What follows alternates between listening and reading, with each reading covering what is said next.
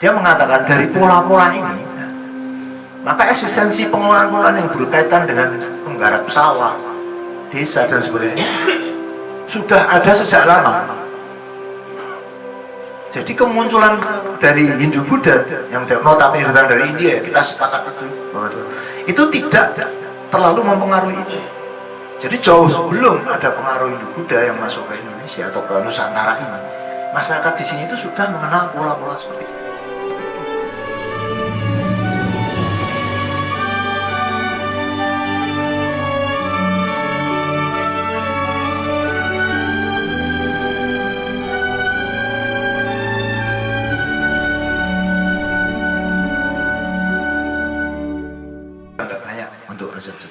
Nah, Van der ini pandangannya dikutip oleh Van der Meer yang menulis tentang sawah cultivation in ancient Jawa, yang saya rujuk juga oleh FDK Bos, juga dia meneliti tentang masalah masyarakat sosial masyarakat di Asia Tenggara. Dia mengatakan dari pola-pola ini, maka eksistensi pengelolaan-pengelolaan yang berkaitan dengan menggarap sawah, desa dan sebagainya sudah ada sejak lama. Jadi kemunculan dari Hindu Buddha yang notabene datang dari India, kita sepakat itu tidak terlalu mempengaruhi itu. Jadi jauh sebelum ada pengaruh Hindu Buddha yang masuk ke Indonesia atau ke Nusantara ini, masyarakat di sini itu sudah mengenal pola-pola seperti ini. Jadi ini tinggal melanjutkan. Karena apa? Pola-pola yang sangat rapi seperti itu tidak mungkin diciptakan dalam rentang waktu yang sangat singkat. Kalau Hindu Buddha itu dari abad berapa ya? Kalau Bapak Ibu, karena itu juga bingung kita ya. Oh, taruhlah kita anggap abad ke-4, padahal mungkin enggak juga. Abad ke-4 sampai abad ke-15 misalnya. Nah, dalam kurun waktu yang dianggap seperti itu aja itu tidak cukup untuk itu menciptakan hal yang sangat sampai dari nol misalnya. Jadi artinya sebelum kedatangan pengaruh itu, bangsa kita itu sudah mengenal konsep-konsep pengelolaan pertanian. Ya mungkin bedanya mungkin membuat salurannya mungkin belum ya, tapi konsep bertani, bercocok tanam, kemudian sawah itu sudah dikenal.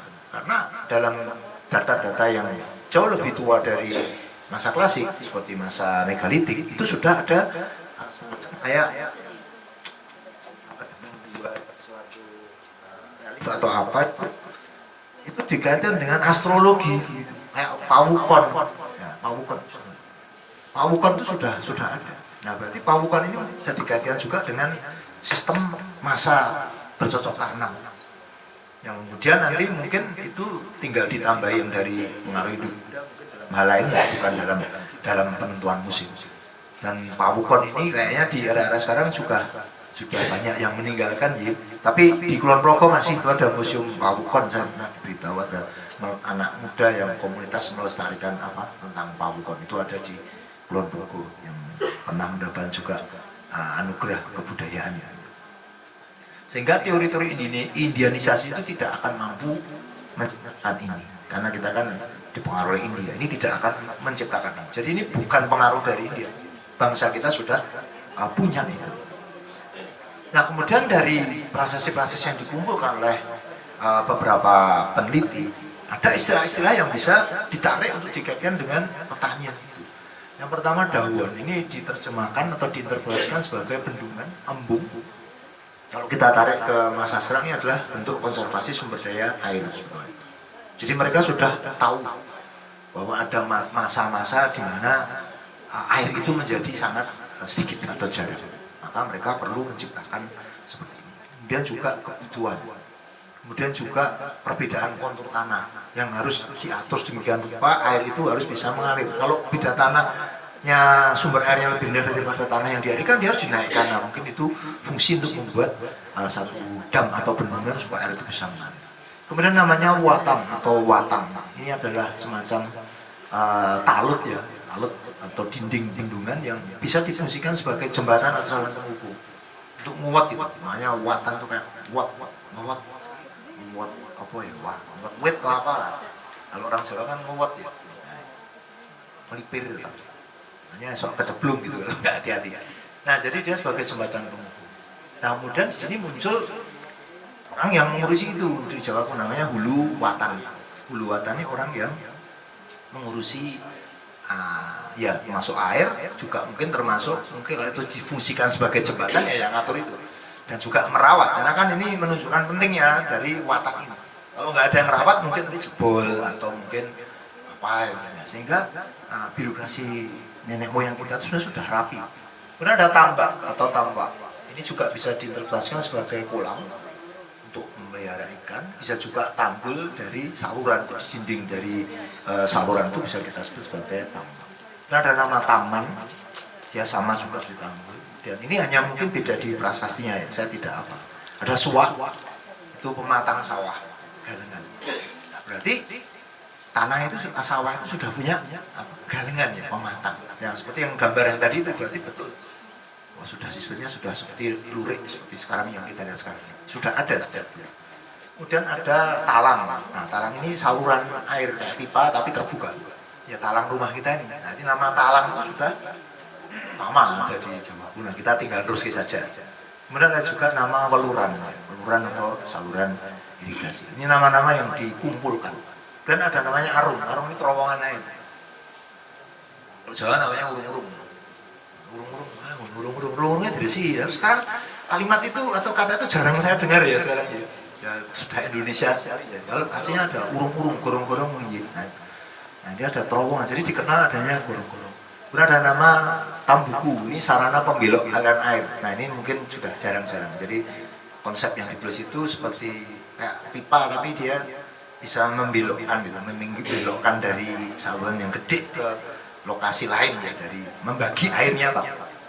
Nah, mungkin sebagian teknik ini mungkin masih ada, tapi sudah sangat jarang. Tapi konon masih berlanjut di Bali, mungkin di Subak itu. Jadi Subak itu mungkin bisa mendapatkan anugerah itu karena dia masih dicek dengan data-datanya itu masih klop.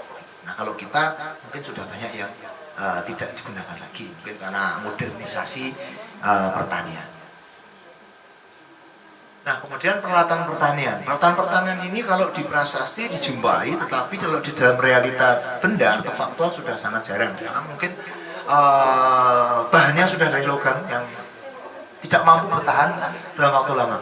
Tetapi kalau di prasasti, alat-alat pertanian ini fungsinya malah digunakan sebagai sesajian.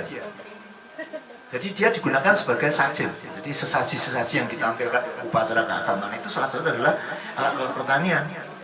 Nah, ini mungkin bentuk rasa syukur begitu ya, bentuk rasa syukur atau mungkin harapan bahwa pertanian mereka itu akan selalu langgeng atau lestari ketika itu dilakukan upacara pemujaan pada dewa.